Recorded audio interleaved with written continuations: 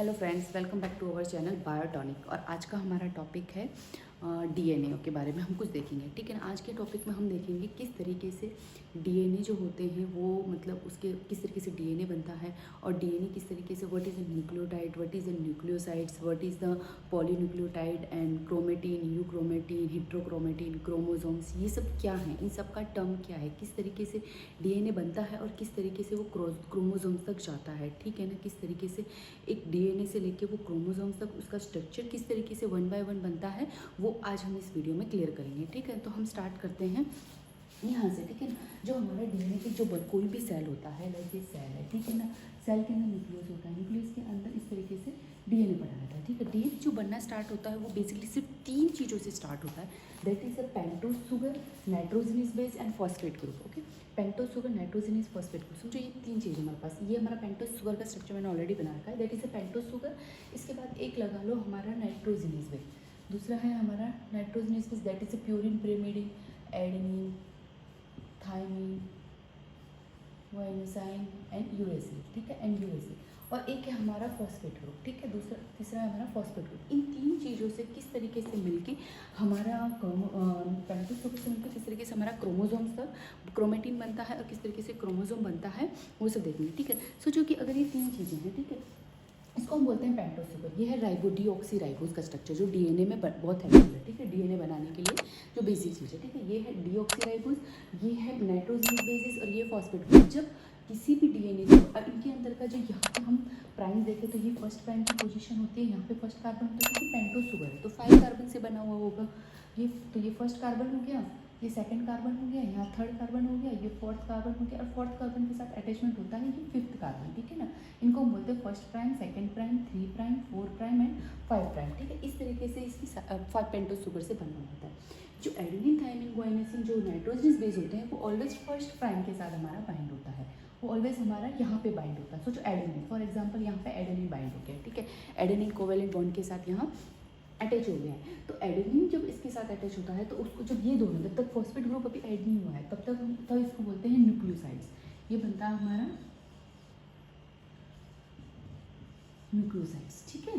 एडिनोसाइड्स, थाइनोसाइड्स, ग्वाइनोसाइड्स, ये थाइमिडीन। ठीक है। ये इस तरीके से हमारे न्यूक्लियोसाइड्स बन जाते हैं। ठीक है। जब एडेनिन या फिर कोई भी नाइट्रोजनस बेस इसके साथ अटैच हो जाता है। लेकिन जो फॉस्फेट ग्रुप होता है that is always attach on the 5 prime carbon. जो 5 प्राइम का कार्बन है वहाँ पे हमारा फॉस्फेट ग्रुप अटैच होता है, जैसे कि यहाँ पे फॉस्फेट ग्रुप अटैच हो गया फॉस्फोडाइस्टर बॉन्ड से। ठीक है। फॉस्फोडाइस्टर बॉन्ड से 5 प्राइम पे हमारा फॉस्फेट ग्रुप हो गया। जब फॉस्फेट ग्रुप इसके साथ अटैच हो जाता है तब ये न्यूक्लियोसाइड्स नहीं, तब ये न्यूक्लियोटाइड बन जाता है, तब ये न्यूक्लियोटाइड्स बन जाते हैं। ठीक है। ये न्यूक्लियोटाइड हो जाते हैं। अभी बेसिकली हमारा एक न्यूक्लियोटाइड बन गया। पता चल गया न्यूक्लियोसाइड्स होता है जब सिर्फ नाइट्रोजनस बेस, जब तक फॉस्फेट ग्रुप अटैच नहीं होता है तब तक ये न्यूक्लियोसाइड, जैसे ही फॉस्फेट ग्रुप अटैच हो जाता है वो न्यूक्लियोटाइड हो जाते हैं। ठीक है। जब एक न्यूक्लियोटाइड के साथ दूसरा न्यूक्लियोटाइड बांध हो जाता है, ये एक न्यूक्लियोटाइड के साथ दूसरा न्यूक्लियोटाइड बाइंड हो जाएगा यहाँ पे,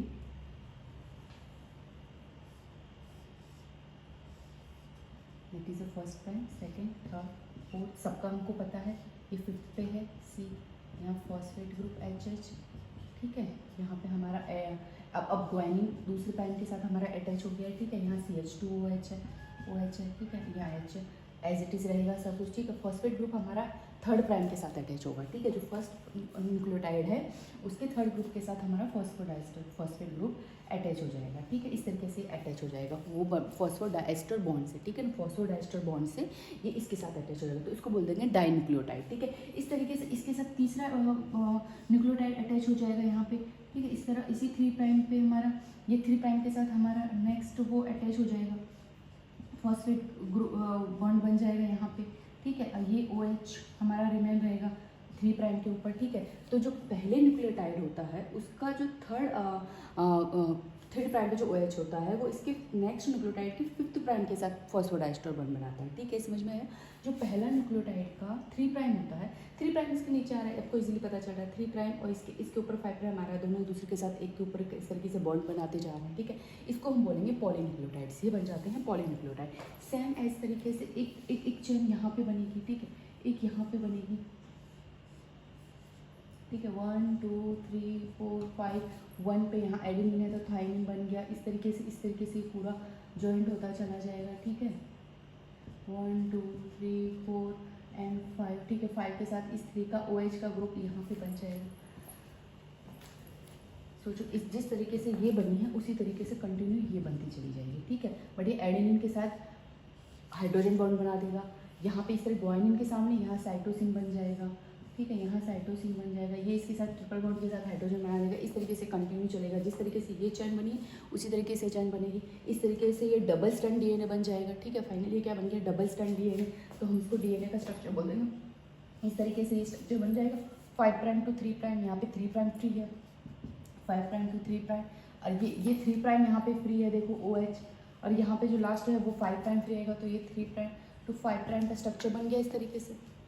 ठीक है, तो ये एक एंटी पैरेलल बन गए, दोनों एक दूसरे के साथ बाइंड बना दिया। एडेनिन ने थाइमिन के साथ हाइड्रोजन बॉन्ड के साथ बना दिया।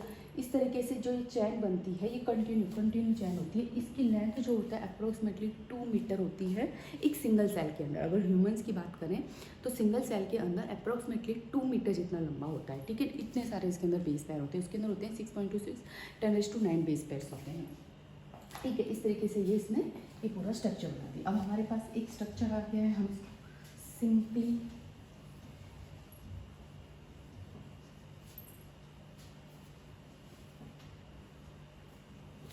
इस तरीके से कर सकते हैं। ठीक है, इस तरीके से कर सकते हैं हम ऐसे 5 prime 3 prime 3 prime to 5 prime, but ये अप्रोक्सीमेटली 2 मीटर लेंथ होती है इसकी, 2 मीटर लेंथ। अब 2 मीटर लेंथ को किसी एक सिंगल सेल के न्यूक्लियस के अंदर सिर्फ इसको रखना था, दैट इज़ अ डिफिकल्ट। तो DNA क्या होता है, वो अपने आप को बाइंड कर लेता है किसकी तरफ, अपने हिस्टोन प्रोटीन। एक हिस्टोन प्रोटीन होते हैं that is a positively charge histone protein. ठीक है, हिस्टोन जो होते हैं that is a positively charge histone, जो लाइसिन और आर्जिनिन के बने हुए रहते हैं।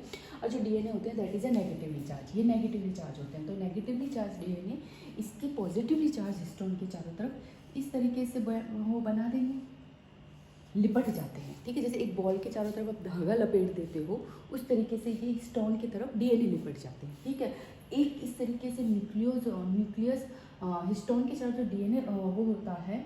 ठीक है, जो DNA होता है उसको हम कहते हैं न्यूक्लियोसोम्स, उसको कहते हैं न्यूक्लियोसोम्स, उसको कहते हैं न्यूक्लियोसोम्स। ठीक है, ऐसे मल्टीपल न्यूक्लियोसोम्स इस तरीके से बाइंड होते चले जाएंगे, इस तरीके से होते चले जाएंगे। ठीक है, इस तरीके से बना देंगे, बहुत मल्टीपल न्यूक्लियोटाइड्स, बहुत सारे न्यूक्लियोसोम्स बन जाएंगे। ठीक है, उस तरीके से तो जो न्यूक्लियोसोम उसको हम बोलते हैं क्रोमेटिन्स, वो बन जाते हैं क्रोमेटिन। मल्टीपल न्यूक्लियोसोम्स जो होते हैं वो इस तरीके से बाइंड कर करके बनाते हैं वो क्रोमेटिन्स। मतलब इस तरीके का नॉर्मली स्ट्रक्चर्स जो होते हैं वो इस तरीके से बनते चले जाते हैं। स्ट्रक्चर्स जो होते हैं नॉर्मली इस तरीके से बनते चले जाते हैं। ठीक है, इस स्ट्रक्चर को बोलते हैं क्रोमेटिन, इसको बोलते हैं क्रोमेटिन। क्रोमेटिन कुछ नहीं होता है, सिर्फ न्यूक्लियोसोम। सिंगल अगर एक हिस्टोन के तरफ जब वो DNA बाइंड होता है उसको न्यूक्लियोसोम कहते हैं, लेकिन जब वो बहुत सारे न्यूक्लियोसोम इस तरीके से बीट्स बनते चले जाते हैं, उसकी तरफ हिस्टोन बाइंड होते चले जाते हैं, तो उसको हम क्रोमेटिन कहते हैं। ठीक है, वो क्रोमेटिन हो जाता है। अब क्रोमेटिन के स्ट्रक्चर में क्या होता है कि ये क्या है, ये हिस्टोन प्रोटीन्स है। ये जो मैंने यहाँ पे ऐसे बनाए हैं सब हिस्टोन प्रोटीन्स है, सब DNA उसकी तरफ बाइंड होना है।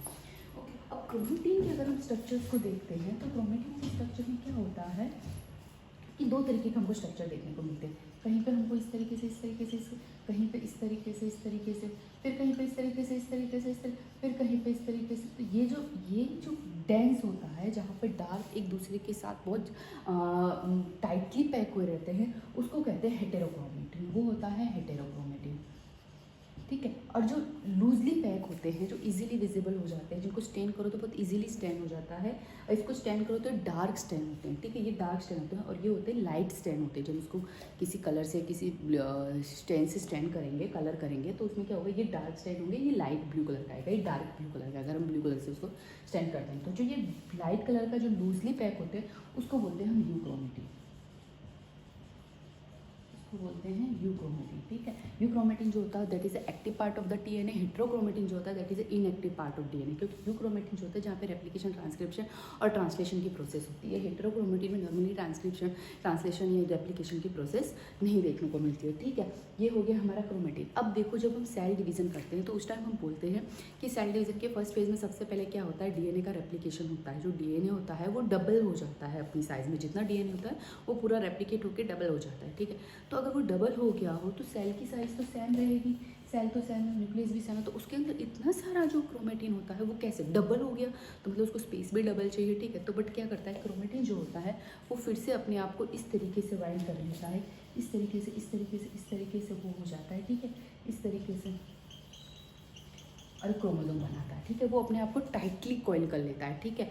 जो होते हैं ये तो हिस्टोन प्रोटीन होता है, और जो टाइटली कॉइल होते हैं एक दूसरे के चारों तरफ रेप्लिकेशन के साथ, that is called non histone chromosomal proteins, ठीक है। नॉन हिस्टोन क्रोमोसोमल प्रोटीन, जो नॉन हिस्टोन होते हैं क्रोमोसोमल प्रोटीन्स, कुछ प्रोटीन्स ऐसे प्रेजेंट होते हैं जो at the time of replication, जब रेप्लिकेशन बहुत ज़्यादा होता है, डबल क्वान्टिटी में हो जाता है, उस टाइम वो अपने आप को रेप्लिकेशन करके डबल कर लेता, सॉरी वो वाले जो नॉन हिस्टोन क्रोमोसोमल प्रोटीन होते हैं उसके चारों तरफ वो वाइंड होने लगते हैं और इस तरीके से स्ट्रक्चर बनाते हैं। इसको हम कहते हैं क्रोमोसोम।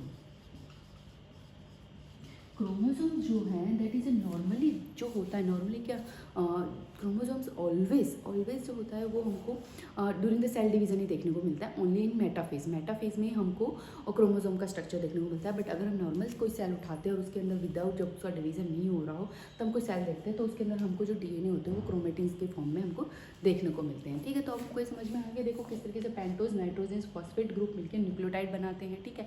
अगर पेंटोज और नाइट्रोजनस बेस ही एक दूसरे के साथ बाइंड होकर क्या बनाते हैं, न्यूक्लियोसाइड्स बनाते हैं।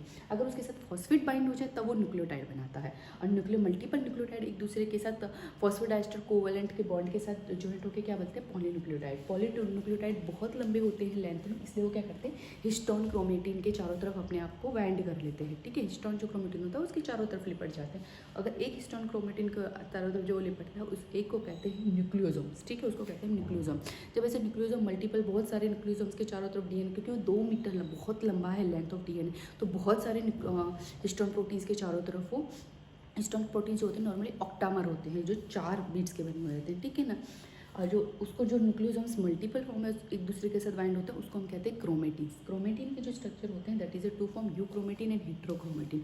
Heterochromatin that is a normally inactive part of the DNA, that is वहाँ पे कोई रेप्लिकेशन ट्रांसक्रिप्शन की प्रोसेस, ट्रांसक्रिप्शन की और ट्रांसलेशन की प्रोसेस नहीं होती है। But euchromatin that is active part of the DNA, जो लूज पैक हुए रहते हैं और जो लाइट ब्लू कलर के दिखाई देते हैं, दैट इज एक्टिव पार्ट जहाँ पे नॉर्मली ट्रांसक्रिप्शन ट्रांसलेशन की प्रोसेस हमको देखने को मिलती है। Okay, I hope you like my channel, this video. So please like, share and subscribe my channel. Thank you so much.